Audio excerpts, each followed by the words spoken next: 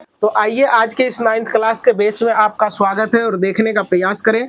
कोई भी बच्चे क्लास में जितने भी बच्चे बैठे हैं सारे बच्चे सीरियसली बैठने का प्रयास करो।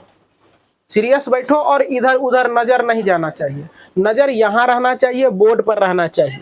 तो चलो देखो, ये एक चतुर्भुज है और कह रहा है कि ए बी और सी डी जो है ना सबसे बड़ी और सबसे छोटी भुजा है। और कह रहा है क्या कहता है क्या कि एंगल ए बड़ी है एंगल सी से, ये सिद्ध करने के लिए कहा है। और साथ ही साथ लगे हाथ कह रहा है क्या कि एंगल बी जो है ना बड़ा है एंगल डी से, ये सिद्ध करना है। क्या करना है बच्चे? सिद्ध करना है। तो हमने क्या किया, ये डायग्राम बना दिया और डायग्राम बनाने के बाद हमने क्या किया है बच्चे कि ये रचना किया है। क्या किया है? ए को सी से मिलाया, ये चीज यहाँ लिख दिए हैं। अब देखने का प्रयास करोगे, अब बेहद आसान हो गया ये सवाल। तो देखेंगे जरा सा, त्रिभुज जो है किसमें लिखेंगे? ए बी सी में, ए बी सी में। तो ए बी सी में देख रहे हैं कि भुजा ये जो है ये छोटा था शायद, है ना, ये और ये क्या है? बड़ा है। तो जरा देखने का प्रयास करो, यहाँ बनाने के क्रम में जो है ना ये थोड़ा इससे लग रहा है कि यही बड़ा है ना, तो उससे मतलब नहीं है। डायग्राम आपके बुक में दी गई है ना। तो लिखेंगे ए और बी। ए बी क्या था? छोटा था ना बच्चे। ए बी छोटा है किससे? बी सी से। अब हम लोग ये भी जानते हैं कि छोटा भुजा के सामने का कोण क्या होता है? बड़ा भुजा के सामने का कोण बड़ा होता है। तो छोटा ए बी, देखो ए बी ये है ना बच्चे, तो ए बी का सामने का कोण एक है ना, तो एंगल एक बड़ा छोटा हो जाएगा किससे? क्या हो जाएगा बच्चे? एंगल 3 से। अब देखो ये छोटा है तो ये बड़ा है, तो बड़ा भुजा के सामने का कोण एंगल 3 है, एंगल 3। ये समीकरण। अब फिर जो हम लोग करेंगे वो क्या करने वाले हैं जरा समझो। अब देखो त्रिभुज क्या हो जाएगा, इसमें आएंगे ए सी डी में। किसमें? ए सी डी में। ए सी डी में देखोगे बच्चे, ध्यान से देखोगे तो तुम्हें दिखाई पड़ जाएगा। अब देखो ये बड़ा है कि ये बड़ा है, तो देखो जरा सा, तो ए बी और ए बी यहाँ कहा भी गया था बच्चे कि ए बी क्या है? छोटी है और सी डी क्या है? बड़ी है। यहाँ सवाल में तो कहा गया है लेकिन ध्यान नहीं दिए थे। चलो देखो समझने का प्रयास करो। अब देखो जरा सा, कहता है कि इसमें देखो डायग्राम में ही दिया होगा ई बड़ी है, ये क्या है? और ये क्या है? छोटी है। तो देखो छोटी वाला को पहले लिख लो। तो ए डी जो है ना ये छोटी है किससे बच्चे? देख रहे हो ना, सी डी से। क्या किससे? A D. देखो ए डी के सामने का कौन छोटा? 2 होगा, तो एंगल 2। इसके बाद सी डी का सामने का कौन है बताओ? 4। चलो देखो सी डी के सामने का भुजा त्रिकोण 4। ये समीकरण कितना होगा? तो जरूरी है ना चार्ज करना। देखो कितना अब तो लोग लग रहा है कि 100% चार्ज है, फुल चार्ज क्या है ना।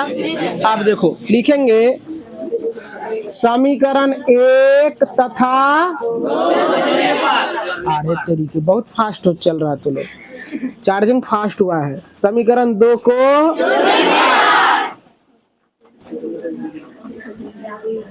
जोड़ने पर एक बार लड़की बगल जो है ना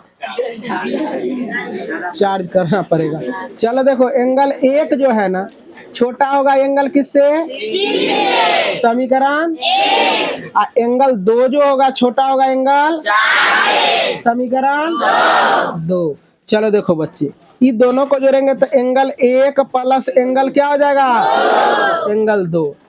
ये देखो ये less than angle 3 plus angle 4। देखो अब ध्यान से तो लोगों को दिख रहा होगा कि यहाँ 1 और 2 में प्लस लगल है और 3 और 4 में भी प्लस लगल है।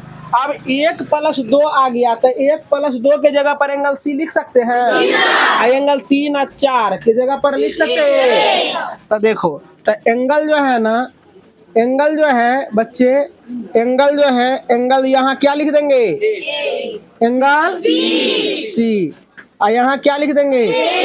Angle A. देखो यहाँ एक ही चीज है ये लिखा हुआ है ना। इसी को क्या किया है, बड़ा है ना यहाँ रे, तो यहाँ भी तो एंगल ये बड़ा ही है, ठीक ना। इसी को उलट के लिख दिया है, इसको उधर कर दो, इधर कर दो, मुंह घुरा दो, बात एक ही है। जरा जरा सा देखने का प्रयास करो। एंगल ए यहाँ देखो, सी छोटा है एंगल ए से, यहाँ होती सी छोटा एंगल ए से, इसी को लिख दिया है क्या, एक ही बात हुआ, एंगल ए बड़ा है एंगल सी से, कहानी खत्म हो गया। ये एक पार्ट बन के तुम्हारा क्या हो गया बच्चे, रेडी हो गया। अब दूसरे पार्ट में चलते हैं। अब यहाँ चले आओ, इस बोर्ड पर आने का प्रयास करो, लगातार मैं कर ही दे रहा हूँ और ध्यान से देखने का प्रयास करो, लेकिन वहां भी दिखाना पड़ेगा तुम्हारा डायग्राम पर भी। अब आइए डायग्राम पर देखने का प्रयास करें बच्चे। अब हम करते हैं इस पर रचना। तो रचना देखो, ऐसे कर दिया, चल रहा है ना, चलो देखने का प्रयास करो। अब तुम छोटे बोर्ड पर आ जाओ और दिख रहा है पूरा, क्या पूरा दिख रहा है, नहीं दिख पा रहा है। तो चलो देखो बच्चे, ये तुम लोग इतना काम कर लिया होगा, अब हम लोग इसका काम कर लिया, अब इसमें चलेंगे, कोई दिक्कत। तो उसमें जाने के लिए मैं इसको मिटा दे रहा हूँ। अब देखने का प्रयास करोगे, आराम से ये बन जाएगा। अब हम लोग जो रचना किए हैं, देखो जरा सा, अब जो रचना किए हैं ये तुम लोगों को लिखना है। हम तो यहाँ ऐसे करके मिटा देंगे, ठीक ना। अब बी को डी से मिलाया, बी को डी से मिलाया, तो अब चलेंगे हम लोग किस त्रिभुज में, जानते हो तो लोग, हाँ। अब ऐसे चलेगा और ऐसे। अब देखो जरा समझो, समझने का प्रयास करो, और हमें बी और डी को चलना है। तो देखो 1 2 हो गया, अब ये हो गया 1 2 3 हो गया, 3 4 तक नाम लिख दिया, इसका 5 रखेंगे, इसका 6, इसका 7 रख दो, इसका 8। कोई दिक्कत कोई बच्चा को ना है दिक्कत। तो चलो लिखेगा त्रिभुज, त्रिभुज ऊपर वाला, ये सॉरी इसमें ये तो हो गया है ना। आप देखो जरा सा, अब देखने का प्रयास करोगे बच्चे। अब हम लोगों को सीध क्या करना है, अब देखो अभी जो हम लोग किए हैं, अब हम इसमें चलेंगे और इसमें चलेंगे, यही ना, इसमें और इसमें चल गए थे, ठीक। अब देखो, अब इधर और इधर चलोगे, तो चलो देखो त्रिभुज बी सी डी, क्या रे बच्चे, बी सी डी में, बी सी डी में देख रहे हैं, बी सी डी देखो, बी सी डी। तो बड़ी भुजा कौन है, बड़ी भुजा ये है और छोटी भुजा ये है। तो देखो लिखेंगे बी सी छोटा है किससे, सी डी से, क्या रे, सी डी से, ठीक। चलो देखो, तब बीसी के सामने का भुजा, देखो बीसी है ना, तो बीसी का सामने का कौन कौन हो जाएगा, कौन 7, और सीडी के सामने का, सीडी का 5, कुछ से कुछ कोई बच्चा बोल रहा है कौन 5, ये हो जाएगा समीकरण 1। और त्रिभुज अब चलेंगे जरा सा, अब इस वाले में चलेंगे ए बी डी, क्या रे बच्चे, त्रिभुज ए बी डी में, ए बी डी में। अब ए बी डी में चलेंगे, तो जरा सा देखो ए बी डी में, देखो ये भुजा छोटी है और ये बड़ी है, तो लिखेंगे ए बी छोटा है किससे बच्चे, ए डी से होगा। अब देखो तो ए बी जो है, ए बी के सामने का कौन कौन है, एंगल 8, ए डी के सामने का क्या है, ए डी के सामने का एंगल 6। समीकरण क्या हो जाएगा, 2। लिखेंगे समीकरण 1 तथा 2 को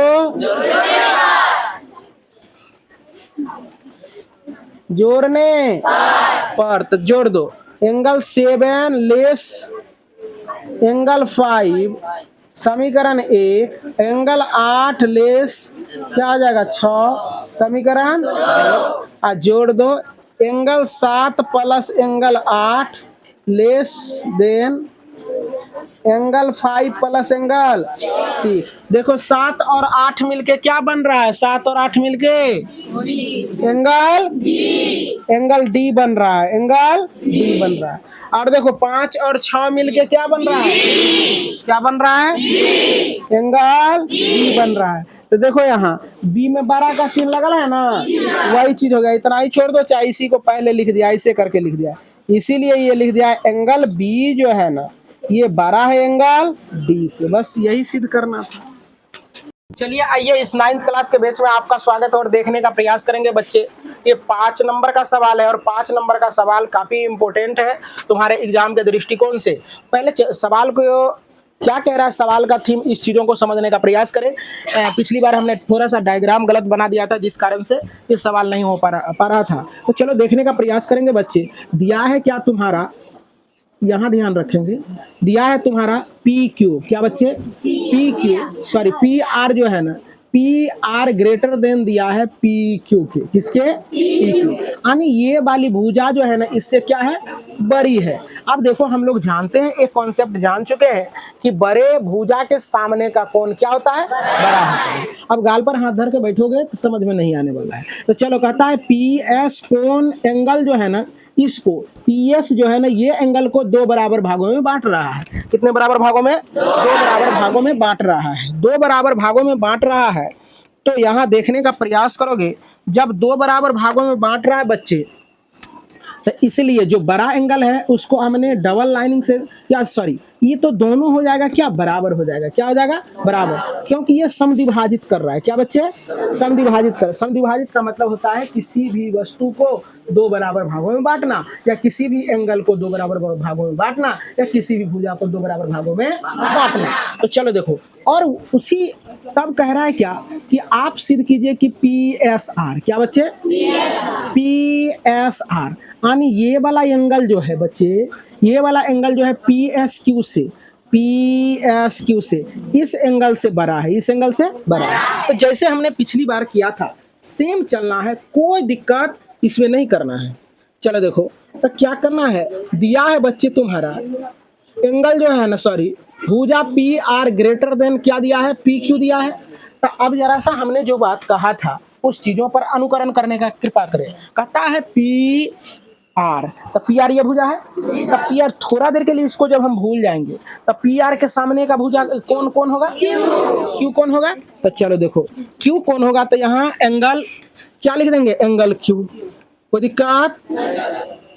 ग्रेटर देन लग जाएगा। इसके बाद देखो पी क्यू, क्या रे? P Q. तब पी क्यू के सामने का एंगल क्या हो जाएगा बच्चे? एंगल आर हो जाएगा। अब देखो एंगल आर जब हो जाएगा तो ध्यान से समझने का प्रयास करोगे तो लोग देख रहे हैं क्या, हम क्या करते हैं यहाँ, ये दोनों बराबर चीज है ना, बराबर है ना, मतलब कि ये एंगल बराबर ये एंगल है ना बच्चे। अब देखने का प्रयास करो, एंगल हम दोनों तरफ क्या करते हैं बच्चे, दोनों तरफ हम जोड़ते हैं क्या? आर पी एस चाहे क्यू पी एस जोड़ दो। क्या जोड़ दो? एंगल क्यू, आप प्लस इधर क्या करते हैं? क्यू पी एस जोड़ देते हैं, एंगल क्यू पी एस। जो भी काम इधर करेंगे जो वही काम इधर करेंगे तो मान में फर्क नहीं पड़ेगा। तो greater than angle R plus angle Q P S. अब देखो ऐसा करने के बाद हुआ क्या कि ऐसा करने के बाद देख रहे हैं कि एंगल क्यू में, एंगल क्यू में एंगल हम जोड़ रहे हैं क्या? P Q Q P S, यानी ये इस एंगल में हम लोग क्या किए हैं? इस एंगल को जोड़ दिए, इधर वाले एंगल को जोड़ दिए हैं। अब देखो जरा सा बच्चे, और ग्रेटर देन है R, R Q sorry R plus angle Q P S. क्या? Q P S. तो क्यू पी एस जब जोड़े हैं तो यही एंगल जुटा है। तो अब जरा सा देखने का प्रयास करो, एंगल क्यू, अब जरा सा देखो एंगल हम क्या करते हैं क्यू में। अब जरा देखने का प्रयास करोगे बच्चे कि हमें जो सिद्ध करना है ये एंगल बराबर होना चाहिए पी एस आर। क्या रे बच्चे? P S R. ये वाला एंगल क्या होना चाहिए? बड़ा होना चाहिए। ये वाला एंगल बड़ा होना चाहिए। अब यहाँ से हम लोग दिमाग लगा रहे हैं कि यहाँ क्या करें। अगर हम यहाँ कर दे आर पी एस, क्या रे बच्चे? R P S. अगर आर पी एस कर देंगे तो क्या हो जाएगा? RPS तो ये हो जाएगा। और ये एंगल पहले से तो Q एंगल बड़ा है, Q में हम जोड़ दिए कौन एंगल, Q में हम जोड़ दिए, अगर हम जोड़ देते हैं RPS, क्या RPS, ये एंगल और प्लस ये एंगल, तो आ नहीं रहा है। अच्छा रुक जाओ। अच्छा एंगल Q और प्लस QPS, ये और ये एंगल का सम जो होता है, दोनों एंगल का सम। चलो देखो यहाँ जो कॉन्सेप्ट लगने वाला है वो थोड़ा सा हट के लगेगा, ध्यान से समझेगा तब तुम्हारा होगा। जरा सा देखो, अगर ऐसे है, तो देखो सेम अगर इसको अगर भूल जाएगा इधर वाले को, तो क्या तुमको ऐसा ही दृश्य दिखाई पड़ेगा? चलो देखो, तो ये जब दृश्य दिखाई पड़ेगा बच्चे, तो यहाँ क्या होगा, ये एंगल और ये एंगल का सम जो होता है इस एंगल के बराबर होगा। इसको कहते हैं क्या? इसको कहते हैं बहिष्कोण अभिमुख अंतः कोणों के योग के बराबर होता है, यही बात कहते हैं। तब चलो देखो वही चीज यहाँ देख रहे हैं। तब देखो एंगल Q और यहाँ क्या देख रहे हैं बच्चे, एंगल Q और प्लस, देखो जरा सा क्या देख रहे हो तुम लोग, क्या QPS, क्या रे QPS, ये एंगल और ये एंगल के सम क्या हो जाएगा, एंगल देखो जरा सा, एंगल क्या हो जाएगा PSR, क्या हो जाएगा PSR ग्रेटर देन हो जाएगा। अब देखो जरा सा, ये ग्रेटर देन आ जाएगा। अब देखो क्या हो रहा है, अब कह रहा है क्या कि एंगल R इसमें जुटल है कौन, एंगल R में जुटल QPS, क्या बच्चे QPS,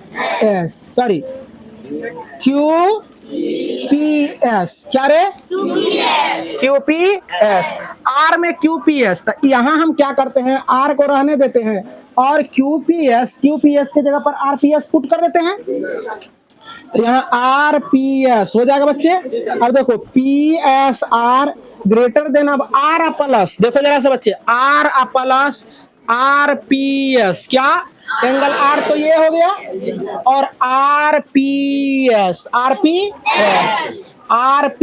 RPS ये है, तो ये दोनों का सम जो होगा, अब देखो अब इधर से है, अब इधर से बच्चे ऐसे, तो ये दोनों का सम जो है इसके बराबर होगा ना, होगा कि नहीं होगा, तो ये एंगल बराबर ये एंगल होगा, तो इसको लिखे PS क्या Q लिखेंगे, तो देखो एंगल PS Q, देखो तो आया कि नहीं आया, जो सिद्ध करना था वो आ गया, जो सिद्ध करना था एकदम एक्यूरेट आ गया ना। इसी प्रकार से हमारा सवाल क्या हो जाता है, सॉल्व। तो चलिए आइए इस सवाल को साफ सुथरा कर लेते हैं, ध्यान से देखने का प्रयास करेंगे। ये सवाल क्या कह रहा था, एक त्रिभुज दिया गया था जिसमें कि एक तुम्हारा ये क्या था, एक PQ कोई रेखा था जो कि क्या कर रहा था, इस कोण को समविभाजित कर रहा था, और कहा था क्या कि आपका जो ये एंगल है इस एंगल से बड़ा है, इस चीज को सिद्ध करना। तो चलो देखने का प्रयास करो, जो दिया गया था यहाँ से इसको ला के यहाँ रख देगा, कोई दिक्कत। अब यहाँ है लड़की, कहाँ ध्यान तुम्हारा, अब जरा सा देखने का प्रयास करो, तो हम जानते हैं कि बड़ी भुजा के सामने का कौन बड़ी और छोटी भुजा के सामने का कौन छोटी। तो चलो देखो PR देखो, PR यहाँ है, तो PR के सामने का कौन क्या हो जाएगा PR यहाँ है, तब PR के सीधे में ये हो जाएगा Q, और देखो PQ इसके सामने का कौन क्या हो जाएगा R, यहाँ लिख दिया हमने। अब देखने का प्रयास करो कि हमने क्या किया है, दोनों तरफ एक ही काम किया है, QPS जोड़ दिया है, क्या किया है QPS। अब देखो जरा सा दिमाग में ये रखना है कि सर आप याद करके आए थे क्या, PQS क्यों जोड़ दिए, आप RPS क्यों नहीं जोड़े, ये भी तो क्वेश्चन हो सकता है, लेकिन तू लोग तो सोचता ही नहीं है, आप पूछता ही नहीं। चलो देखो यहाँ देखो QPS जोड़ने का मतलब ये हुआ कि ये दोनों को जोड़ेंगे तब ये ना ये क्या हो जाएगा, बहिष्कोण वाला फार्मूला लगेगा।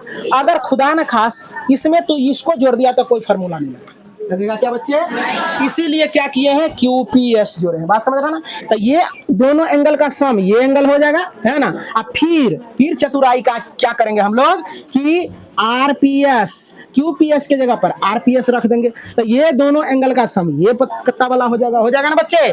तो वही चीज हमने यहाँ किया है, कोई दिक्कत? और एवं प्रकार से क्या हो जाता है कि इसके जगह पर ये दोनों अंतःकोणों के जगह पर के जगह पर हम लोग क्या करते हैं कि इसका बहिष्कोण लिखते हैं, और ये दोनों अंतःकोणों के जगह पर क्या करते हैं, सम के जगह पर ये बहिष्कोण लिख देते हैं। एवं प्रकार से आपका सवाल प्रूफ हो जाएगा। कहा गया है अंत भला तो सब भला। इस चैप्टर का लास्ट सवाल है, लास्ट एक्सरसाइज का लास्ट सवाल है। अगर इसको समझ लिया तो बेड़ा पार है। तो चलिए समझने का प्रयास करना है या नहीं करना है बेहतरीन ढंग से। तो चलो बच्चे, कहेगा कि सर दो को डायग्राम बना दिए हैं, पहले चीजों को समझने का प्रयास करो। दो को डायग्राम, एक शायद किताब में को डायग्राम नहीं था, हम दो को बना दिए हैं, ऐसा क्यों? समझने का प्रयास करो। कह रहा है क्या कि एक रेखा पर, ये कोई रेखा है बच्चे, रेखा को देखा, ये है रेखा, क्या बच्चे? रेखा। कहता है एक रेखा पर कोई लंब रेखा है डाला हुआ है, और कहता है क्या इससे तो बहुत हम रेखा खींच सकते हैं ना, ऐसे भर दिन खींचते रहो, बच्चा को दे दो ऐसे करके वो बनाते रहेगा ना। तो कहता है क्या इतने रेखा जो खींचे हैं, देखो इधर भी खींचते जा रहे हैं, जैसे जैसे इधर खींचते जा रहे हैं वैसे वैसे वो रेखा बड़े होते जा रहे हैं। मतलब इससे बड़ा ये, इससे बड़ा ये, इससे बड़ा ये, इससे बड़ा ये, इससे बड़ा ये, मतलब ये बड़ा होता ही चला जाएगा। और इधर देखने का प्रयास करो बच्चे, इससे बड़ा ए, इससे बड़ा ए, इससे बड़ा ये, इससे बड़ा ए, इधर तो बड़ा होते चला जाएगा। और इससे छोटा ये, इससे छोटा ये, इससे छोटा ये, सबसे छोटा ये, इधर से इससे छोटा ये, इससे छोटा ये, इससे छोटा ये, सबसे छोटा ये, है ना ये बच्चे। चलो देखो वहां देखो, हम इधर पढ़ा रहे हैं तो उधर क्या कर रहा है बच्चे, समझ नहीं आता है। तो चलिए आइए समझने का प्रयास करें। हमने कह रहा था और सवाल भी कहा है, क्या बहुत सारे लंब रेखा, जब इस रेखा पर हम एक लंब रेखा खींचेंगे तो इससे बहुत सारे रेखा खींचा जाएगा। तो कहेगा इस सबों में क्या लंब रेखा सबसे छोटी होती है? तो बिल्कुल, अभी तो हम प्रैक्टिकल किए तो सही में लंब रेखा छोटी होती है, लेकिन इसको जो है ना आप क्या कहता है सिद्ध करके बताइए, मौजवानी नहीं। अब जरा सा देखो, यहाँ दर्शाना है, यहाँ ऐसे भी लिख सकते हो, भाषा नहीं लिखना चाहते हो भाषा रहने दो, अच्छा तो ऐसा लिख सकते हो कि दिया है। ऐसे तो ये दिया नहीं है, लेकिन डायग्राम के अनुकूल हमारा हो गया है। पी चाहे OP लंब है किस पर, इसका नाम रख दो ना, PQ, इसका नाम R रख देते हैं, कोई दिक्कत? QR पर, QR पर। और दर्शाना है कि किसी रेखा पर खींची गई लंब रेखा सभी रेखाओं से छोटी होती है। कोई दिक्कत? सभी रेखाओं से छोटी है। तब कैसे छोटी होती है, आ जाओ त्रिभुज में चलो। त्रिभुज POQ किसमें है? PO ध्यान से देखेगा, POQ में हम देख रहे हैं, जान रहे हैं कि ये समकोण है बच्चे। तो समकोण का मतलब क्या बच्चे समझ रहे हो? जय श्री राम। तो देखो त्रिभुज ए भी हम जानते हैं, क्या जानता है कि त्रिभुज के तीनों कोणों का योगफल angle P plus angle O plus angle Q बराबर 100। तो बच्चा को दिक्कत? अब देखो कि एंगल P एजेटिव रहेगा। देखो O का वैल्यू कितना है बच्चे? कितना? 90 प्लस एंगल Q बराबर 180 डिग्री। अब देखो angle P plus angle Q बराबर 180 या माइनस 90 हो जाएगा। तो angle P plus angle Q बराबर क्या हो जाएगा बच्चे? 90। कोई दिक्कत? अब देख रहे हैं बच्चे, यहाँ इससे सिद्ध क्या हो गया कि दो कोण को जोड़ने पर 90 आता है। ये अकेले में 90 है, इसका मतलब है P और Q को जोड़ने के बाद ना 90 आता है। इसका मतलब ये 90 से छोटा ही होगा ना। इसका मतलब ये कोण से ही क्या होगा? छोटा होगा। इसीलिए देख रहे हैं, अतः लिखेंगे, अतः एंगल P जो है ये छोटा होगा एंगल O से। होगा या नहीं होगा? होगा बच्चे। चलो देखो, और इतना ही नहीं, एंगल Q भी छोटा हो जाएगा एंगल O से। होगा कि नहीं होगा बच्चे? ना हो जाएगा। अब देखो जब ये छोटा है और ये छोटा है, दोनों छोटा है, तो इसका मतलब सबसे बड़ा कौन है? सबसे बड़ा। इसलिए